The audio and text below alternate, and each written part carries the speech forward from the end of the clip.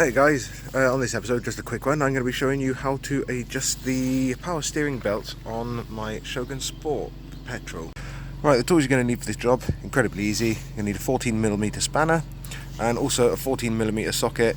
I've used a 3/8 ratchet and extension as well, just to give me better access. You don't have to use a deep socket, but I just find it easier. On this model, just down from the power steering pulley, which is here, that is actually the tensioner there, and where I've put the ratchet on. Yeah, I'll take it off so you can have a look. Where I put the ratchet, that is the adjustment nut.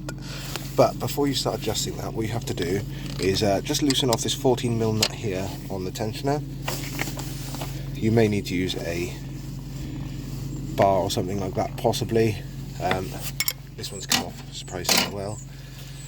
And then what you do then, you take the ratchet, you put that onto the top of the adjustment nut there. Excuse me, I'm being my cameraman and everything today. Then, if you look inside there, you can see sort of in here, you'd normally be able to see where the threads go. You can't really see it on camera very well, but yeah, basically what you want to do is adjust the threads. I'm going to be adjusting it anti-clockwise to move this down further.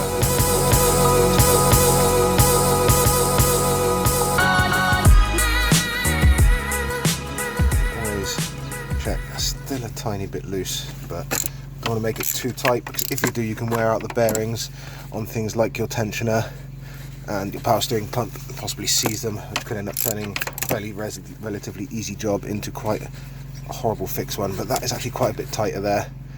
I can turn it that far. I can actually turn it a tiny bit further if I wanted to, but I'm going to try that first because I don't want to put too much undue stress on the bearings.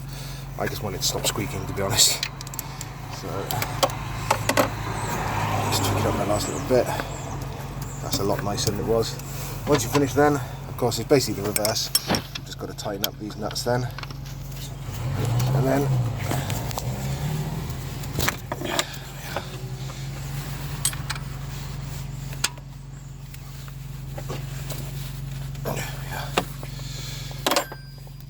the next thing I'm going to do is test it. The best way to do that is to start the car,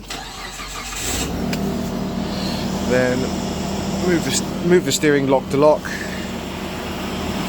listening out for any squealing or any chirping or noise or anything like that. A good way to do it is, I don't think you can really see it there, is you might be able to hear the difference in the engine tone and everything, but I'm actually moving it all the way up to the end of the steering lock and bouncing it off that steering lock to see. I mean, the best time to do this is with a cold engine.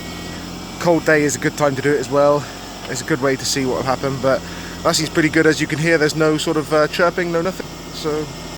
So if your belt is still squealing or your car is still making that sort of horrible noise, then you can carry on, do what I've shown you, the same way of doing it, just yeah, carry on and do it again until you've got no noise there. If you're ever unsure about things like this, it's always best to get a professional to do it. Take it to your garage or your local mechanic, see what he thinks.